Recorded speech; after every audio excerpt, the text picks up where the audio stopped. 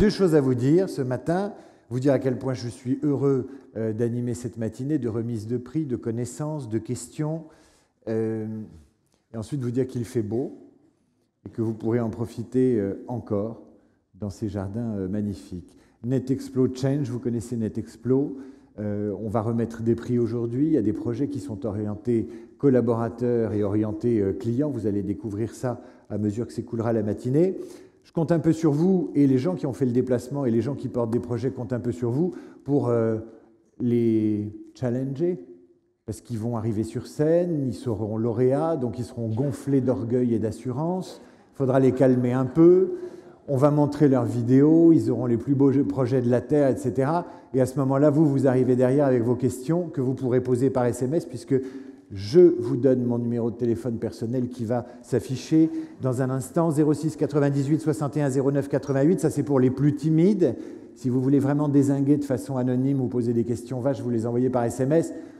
Le fair-play coutumier de cette manifestation et de cette équipe serait tout de même de vous lever, de prendre le micro et d'interpeller les porteurs de projets en leur manifestant toute votre curiosité pour leur prouesse. J'ai trop parlé.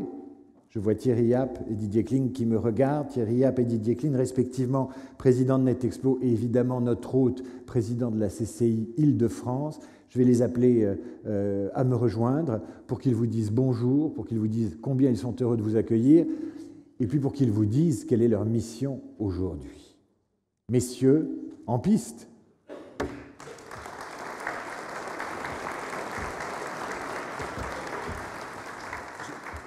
J'ai fait le numéro, vous ne répondez pas. Mais je ne réponds pas encore parce que je suis un diesel, moi. Je vais passer à l'électrique bientôt. Didier Kling et Thierry Yapp, merci d'être avec nous. Didier Kling, merci d'être notre hôte. Merci de nous accueillir. Que dit le protocole? Vous parlez en même temps, l'un après l'autre, et qui parle le premier? Vous avez répété, on parlait en même temps, je crois, mais on attendait le fond musical. Bon. Music, please. Allez, Didier Kling. D'abord, moi, ce que je peux vous dire, bien sûr, c'est bienvenue. Vous avez beaucoup de chance. Il fait très beau. Cette semaine, ça a été compliqué dans ce jardin sublime, mais effectivement, on a eu quelques manifestations qui ont été perturbées. Aujourd'hui, c'est sans doute pour vous accueillir. Le soleil est présent. Et quand on a la baraka, on l'a, Didier. On l'a absolument. Et on va parler de sujets très sérieux en même temps, mais des sujets qui vous concernent toutes et tous, que vous connaissez parfaitement. On vous dira un petit peu comment on réagit aujourd'hui sur cet environnement, les systèmes d'information, le digital, la numérisation. On va parler un peu de tout ça, tous les deux. Effectivement, c'est la 8e édition de NetExplo Change. On se remémorait ça avec Didier à l'instant. Donc on tient à vous remercier d'être présent aujourd'hui. Ça part vraiment d'une idée simple. Hein. C'est qu'il n'y a pas que les startups qui innovent. Je crois qu'il faut le dire. Et dans les grands groupes, la transformation, elle est vraiment engagée.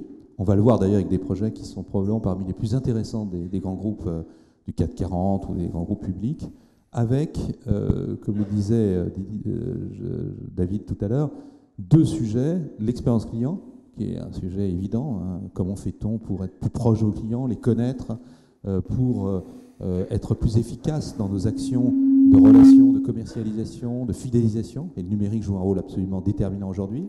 Et puis le deuxième sujet, c'est l'expérience collaborateur. Alors je rappellerai une publicité des années 90, hein, c'est notre génération à David, qui disait « Ce qui se fait à l'intérieur se voit à l'extérieur ». C'était qui d'ailleurs? C'était Bio de Danone. C'était Danone. D'ailleurs, bio a été abandonné parce que ce n'était pas des yaourts bio à l'époque, hein, rappelez-vous, mais c'était un peu en avance sur l'air du temps. Et on rend hommage à Danone ici. Hein, bien Moi j'en étais resté à Danacol avec Jacques Weber. Oui, tout à fait. Là on était sur les bienfaits de ce que fait un yaourt à l'intérieur. Alors, pour revenir de façon plus sérieuse sur le digital, je pense que ce que font les collaborateurs d'un grand groupe à l'intérieur, aujourd'hui, est absolument essentiel. Et ce n'est pas Charles-Henri Bessert-Desors, qui est professeur émérite à HEC et qui a participé à la création avec Laurent Marouani d'HEC de ce projet, de cet observatoire mondial que j'ai le plaisir de présider aujourd'hui, qui diront le contraire. Je pense que s'intéresser aux collaborateurs et à ce qui se passe à l'intérieur de l'entreprise est la meilleure garantie d'innover et de pouvoir avancer dans cette transformation digitale.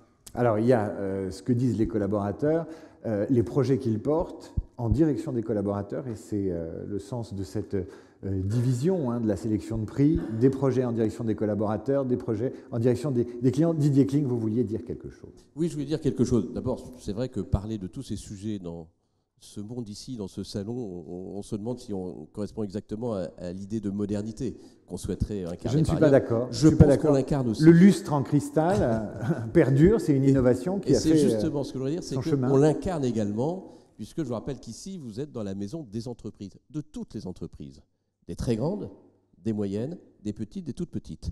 Et notre rôle, Chambre de commerce, et si on est content d'être associé à cette opération depuis sa création, il y a 8 ans, c'est précisément parce que notre objectif, c'est de faire en sorte que les 670 000 entreprises de notre ressort soient totalement imprégnées du sujet qui va être évoqué aujourd'hui.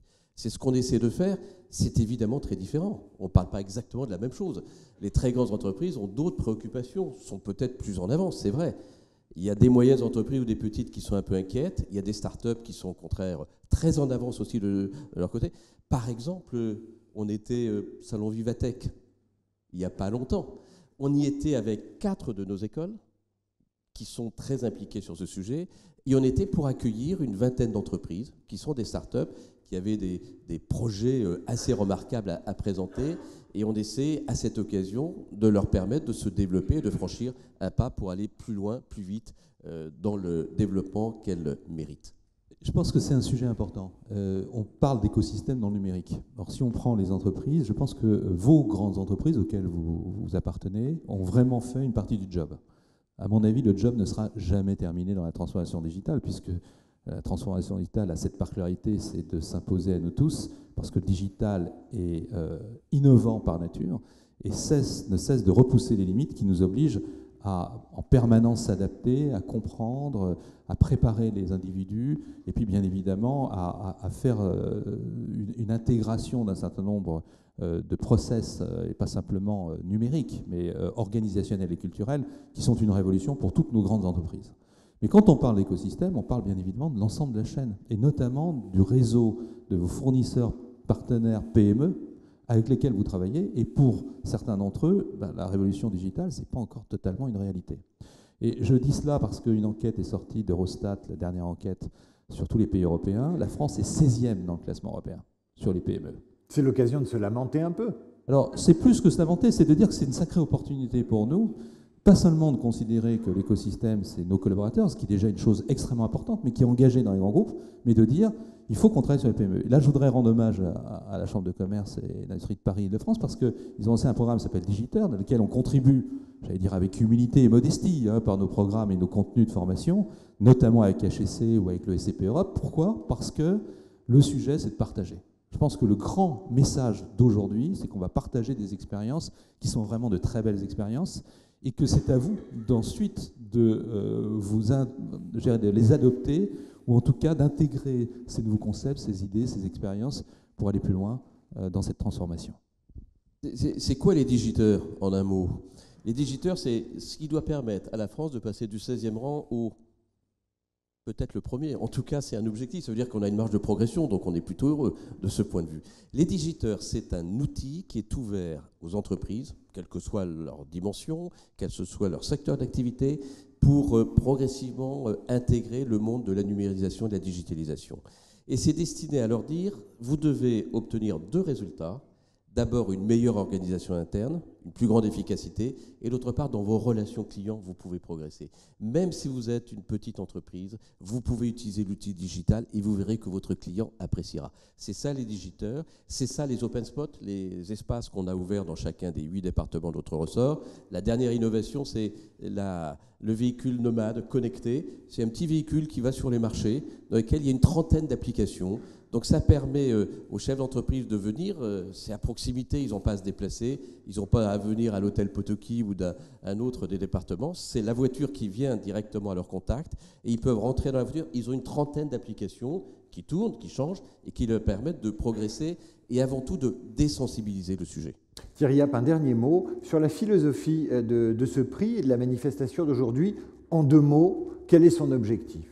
Alors, l'objectif de Netexplo Change, c'est de pouvoir permettre de faire un benchmark et valoriser les meilleures initiatives de transformation digitale des grands groupes. Quand je dis grands groupes, vous allez voir que les entreprises sont toutes les grandes entreprises françaises. On n'est pas dans les PME, mais c'est bien évidemment celles qui donnent l'exemple et qui donnent le ton.